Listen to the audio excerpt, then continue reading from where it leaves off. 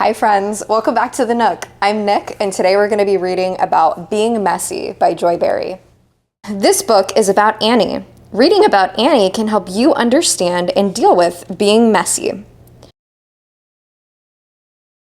What a mess, I'll say. Do you think Annie is making a good choice here? What do you think Annie could have done to prevent this mess in her bedroom?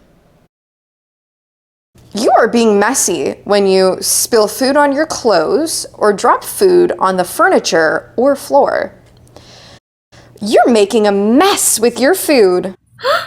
Spilling food on your pet is being messy. You are being messy when you walk into clean areas with dirty feet, touch furniture or walls with dirty hands, or sit on furniture while wearing dirty clothes. You're making a mess by getting dirt all over everything. You should see the floor. A better choice Annie can make is to wash her hands before she comes inside and sits on the furniture. That way, she does not make a mess. You are being messy when you do not put your trash and garbage in appropriate containers. You're making a mess.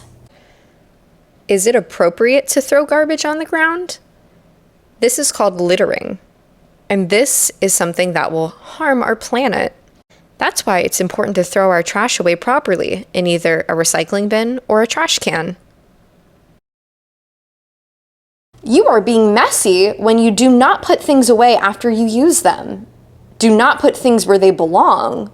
Or do not put things away neatly. It's hard to find things when you're messy.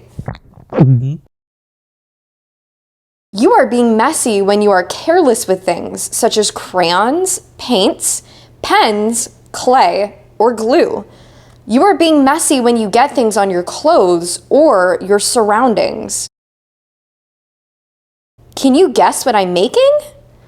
It looks like you're making a mess. Yeah, that would have been my guess. What do you think is a good choice Annie should make before painting, and a good choice she should make after painting? Before painting, Annie can lay down some newspaper in order to protect the furniture underneath. A good choice Annie can make after painting is to clean up the mess that she made. A mess can be displeasing. Most people enjoy cleanliness, order, and beauty. A mess is not clean, it is not orderly, it is not beautiful. A mess does not make people happy, it usually makes them unhappy.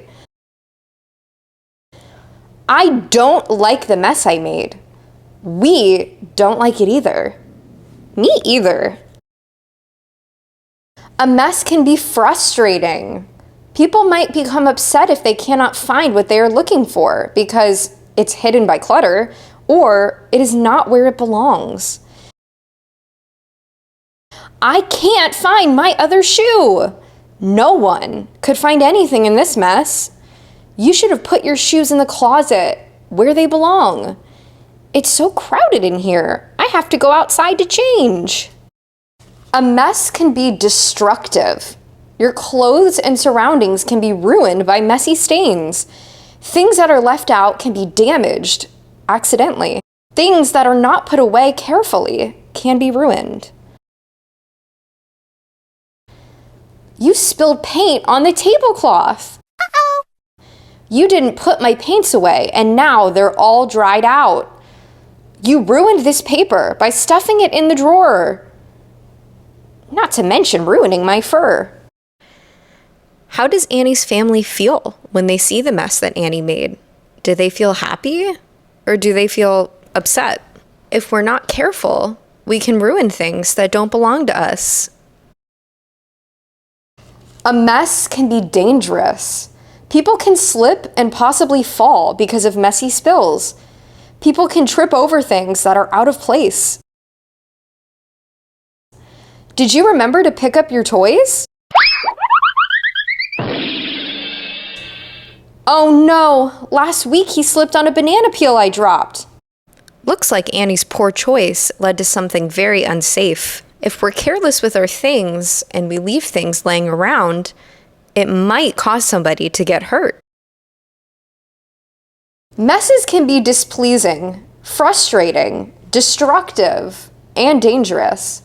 This is why you should not be messy. An accident can cause a mess. You can avoid accidental messes by being careful.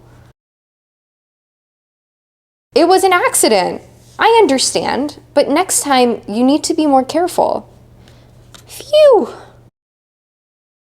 There are things you can do to avoid messes. To prevent a mess, cover your clothes before you do something that might be messy.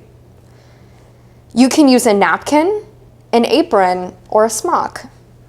Protect the area where you are working by covering it with newspapers, an old sheet, or a tablecloth. Thank you for putting newspaper under your easel, Annie. Oops, I'm sure glad there was paper there. To prevent a mess, keep yourself and your clothes as clean as possible. Wash your hands before you touch clean things. Get the dirt, the mud, or sand off your feet before you walk into a clean area.